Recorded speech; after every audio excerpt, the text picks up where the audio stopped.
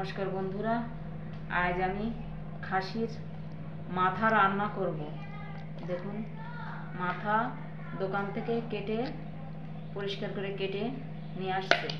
দেখুন, খাসির এটা ঘিলু, মাথার ঘিলু। আমি এটা পরিষ্কার করে ধুয়ে নেব। আমি মাংসটা পরিষ্কার করে ধুয়ে নিয়েছি আর ঘিলুটা আলাদা করে ধুয়ে নিয়েছি, বাটিতে রেখে দিয়েছি।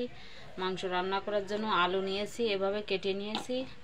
আর মশলা নিয়েছি, আমি পেঁয়াজ কুচি করে নিয়েছি, রসুন থেতো করে নিয়েছি, জিরে বাটা, ধনে বাটা, শুকনো লঙ্কা বাটা, আদা বাটা, টমেটো কুচি করে কেটে নিয়েছি আর গরম মশলা বাটা। আমি কড়াইতে তেল দিয়ে দিয়েছি, আলুটা ভেজে নেব। তেলটা গরম হয়ে গেছে, আমি আলুটা দিয়ে দেব।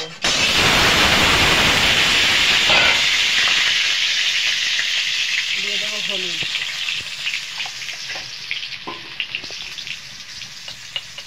সামান্য একটু লবণ দিয়ে দেব। আমি আলুটা ভেজে নেব উল্টে পাল্টে। আলুটা ভেজে নিয়েছি, উল্টে পাল্টে হয়ে গেছে, তুলে নেব। কড়াইতে তেল রয়েছে, আমি আর একটু তেল দিয়ে দেব। দিয়ে দেব পেঁয়াজ রসুন,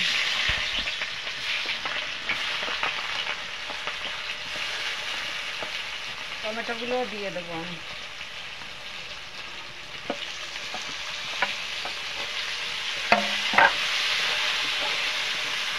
এটা একটু ভালো করে ভেজে নেব।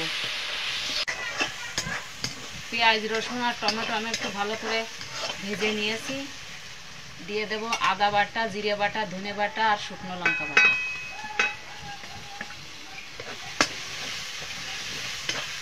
এটা আমি একটু কষিয়ে নেব ভালো করে। আমি কষিয়ে নিয়েছি ভালো করে। এবারে মাংসটা দিয়ে দেব।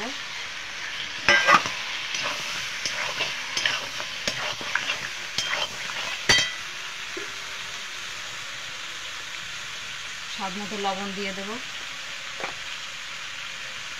হলুদ দিয়ে দেব।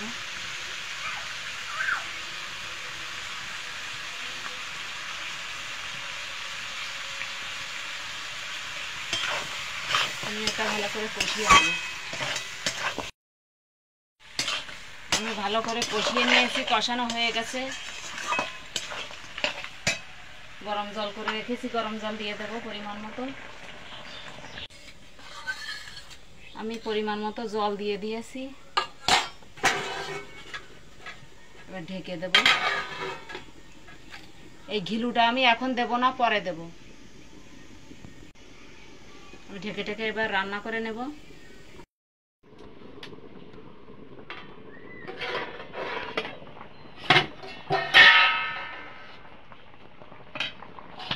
ভেজে রাখা আলুগুলো দিয়ে দেব।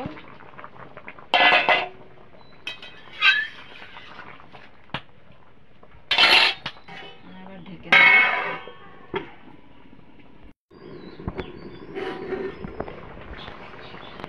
নাড়িয়ে দেব।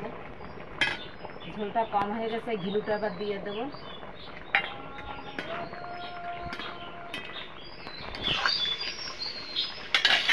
আমি ঢাকা দিয়ে দেব।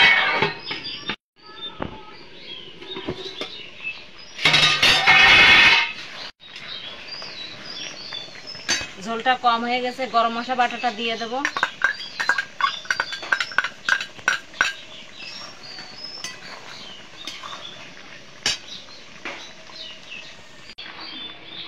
গরম মশলা দিয়ে আমি একটু নাড়িয়ে দেব। আমি 2 মিনিট জাল করে নেব এটা। আমি গরম মশলা দিয়ে 2 মিনিট জাল করে নিয়েছি, হয়ে গেছে, নামিয়ে দেব।